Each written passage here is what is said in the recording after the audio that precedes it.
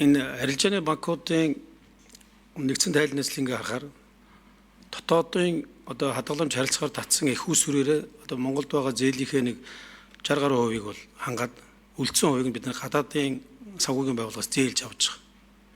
Өөрөөр хэлбэл Монголд байхгүй их усүрийг гаднаас оруулж ирээд тэгээд тэрнгүүрээ зээл олохоор манай swap-ын зардал өндөр байгаа дээ. Дээрээс нь заавал байлах нөөц тост болдог гэд ингээд нөгөө зээлийн хүүг бууруулах гэдэг стратегийнхаа эсрэг ийм бодлогод өөрөөр Монголд байхгүй мөнгөийг оруулж ирээд байхад тэрнийхээ зардлыг нэмээд ингээд зээлийн хүүгээ өсгöd байгаа юм шиг нэг ийм асуулт байна. Энэ дээр одоо ямар байр суурьтай байгаа юм бэ гэдэг нэгдүгээр асуулт.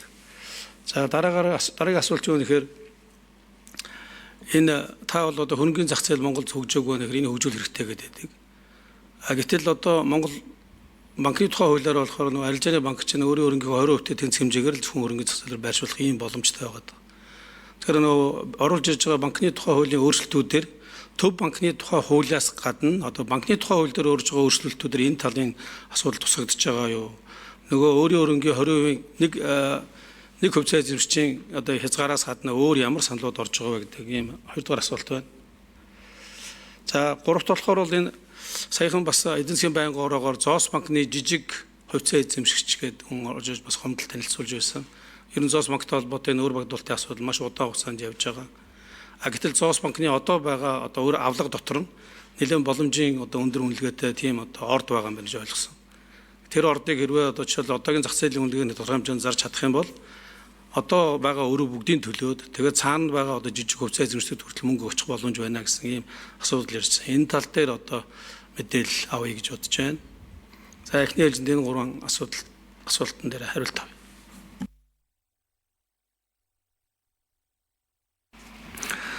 За таны хэлж байгаа ажигласан ажиглалт бас үнэн. Манай банкуудын гадаад басыг өнгөрсөн жил ялангуяа нэлээдгүй хэмжээгээр нэмэгдсэн.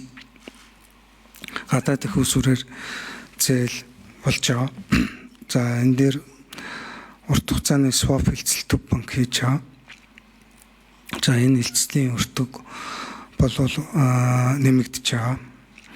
За энэ үл ингээд бас үе тогтоход нөлөөлж байгаа нь үн. Гэхдээ нөгөө бидний дотоод их усүр, гадаад их усүр, зээлийн хэрэгцээ шаардлага хоёр ингээд зах зээлийн зарчим дээр ингээд тогтоод байгаа учраас энэ харилцаа явж гин гэсэн үг. За бидний хувьд бол юу гэж үзэж байгаа вэ гэхээр доктортой урт хугацааны гадаад их усүр банкуудын маань энэ оруулж ирж байгаа хөрөнгө бол Монгол улсын валютын нөөц гадаад төлбөр гүйцэтгэх чадварт чухал нөлөөтэй учраас ялангуяа урт хугацаат их усүр татахыг бол урамшуулах юм бодлого гарч байгаа. Ялангуяа энэ жилийн хувьд гадаад нөхцөл байдал, гадаад санхүүгийн зах зээлийн нөхцөл байдал бол бас тийм сайнгүй ийм дүр зураг цаашдаач тийм сайнгүй бах энэ жилийн хувьд ийм дүр зураг харагдаж байгаа учраас бид нар банкуудыгаа 3-аас дээш жилийн их ус хугацаатай их усүр татахтай тодорхой дэмжлэг үзүүлэх юм бодлого барьж байна.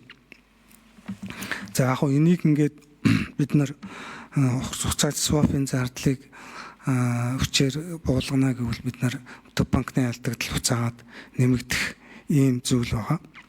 Тэгэхээр энэ гадаад банк гадны урт хугацаатын хямд их усүр оруулах бодлогын дэмжлэгийг бол бид нар төв банкнаас бол тууштай баримталж байгаа.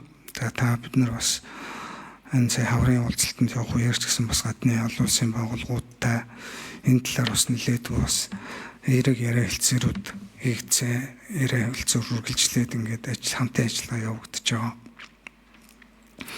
За энэ дээр бол бид нар юм заавал байлгах нөөцдөр урт хугацаат энэ swap бол орохгүй байгаа.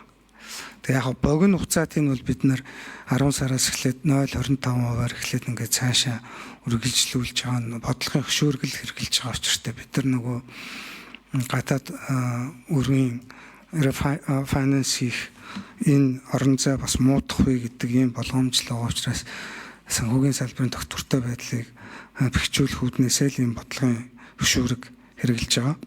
За энэ эрх хүлээн авагчдаар ингээд удаж байгаа үйл ажиллагаа таархан байгааг бас та ярьлаа. Энэ дээр бас бид нэр санал нэг байна. Манай хяналтын ороогоор энэ эрх хүлээн авагчийн үйл ажиллагаад дүгнэлт хийгээд бас тодорхой өөрчлөлт орж байгаа. Томилгоо зүйл хийгдэж байгаа. За тэр яригдж байгаа лицензийн хувьд ч гэсэн Үнэхээр тэр энэ үр ширээ дарах ийм лицензийг худалдаж авах хөрөнгө оруулагч байх юм бол энийг төв банкны зүгээс бол шууд дэмжих ёстой. Ингээд энэ үр ширээ барагдаад тэгээд тухайн үнэхээр боломжтой лиценз байгаа бол тэр нь одоо эдийн засгийн эргэлтэнд ороод явах юм бол тал талдаа энэ бол зөв гэж ингэж үзэж байгаа.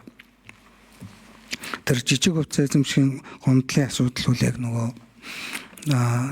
хуулийнхаа л журмаар явж байгаа юм байна л. Дараал тогтсон тэр дарааллаараа. Хуулийн өөрчлөлтийн асуудал дээр.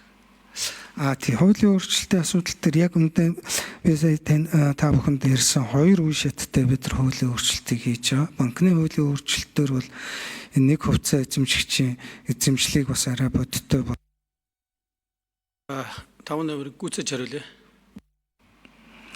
Үндсэндээ төв банкны хуулийн өөрчлөлтөчдөр банкны тухай хуулийн өөрчлөлтөөр яг тодорхой бодлого чиглэлийн хувьд эхний тулгамдж байгаа өөрчлөлтөө хий гэж ингэж үзэж байгаа. Өөрөөр хэлбэл гадаадын банк, гадаадын хөрөнгө оруулалт манай банкудад орж ирэх энэ боломж руу түлхүү чиглэж байгаа.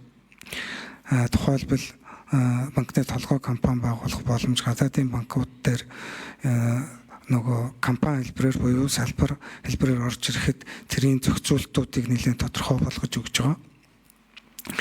За нэмээд нөгөө нэг хувьцаа эзэмшигчийн дээд хязгаарыг бас компани тухай хуультай нийцүүлж тодорхой бас бодтой болгож оруулж ирэхээр ингэж өөрчлөлтийг оруулж ирсэн ба. Яг таны асуултад асуулсан зохицуулт бол яг энэ удаагийн өөрчлөлтөөр ороогүй. Би түрүүний хэлсэн дараагийн одоо шинжилсэн найруулга.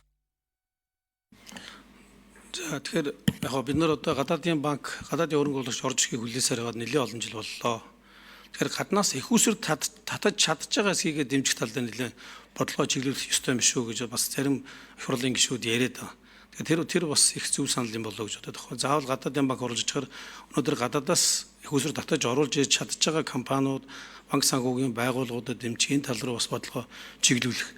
Тэгээд явсаар байгаад нөгөө татаж ирсэн мөнгө нь swap-ын зардал дээр очичоод тодорхой хэмжээний асуудалд ороод байгаа байхгүй. Тэгэхээр миний ойлгосоор бол арилжааны банкуд swap-ын зардал 8% болсон юм гэж ойлгосон. Тэгэхээр чинь 8% дээр гаднаас их усэр татаад дээр нь дахиад нэмээд нэмчихэр чинь төгрөгийн 16% болчихж байгаа. Ашиг хийнэхээр чинь дахиад нэг 20% зээл өхөөс аргагүй болоод ийм байдалд байна. Тийм учраас энэ тал дээр бас нэлээд анхаарах хэрэгтэй. Тэр зэрэг Монгол улсад байхгүй мөнгийг гаднаас оруулж ирж байгаа асуудал дээр жоохон анхаарах хэрэгтэй болоо гэж хэлмээр санагдаад байна. За ингээд гишүүд асуулт асууж үг хэлж дууслаа.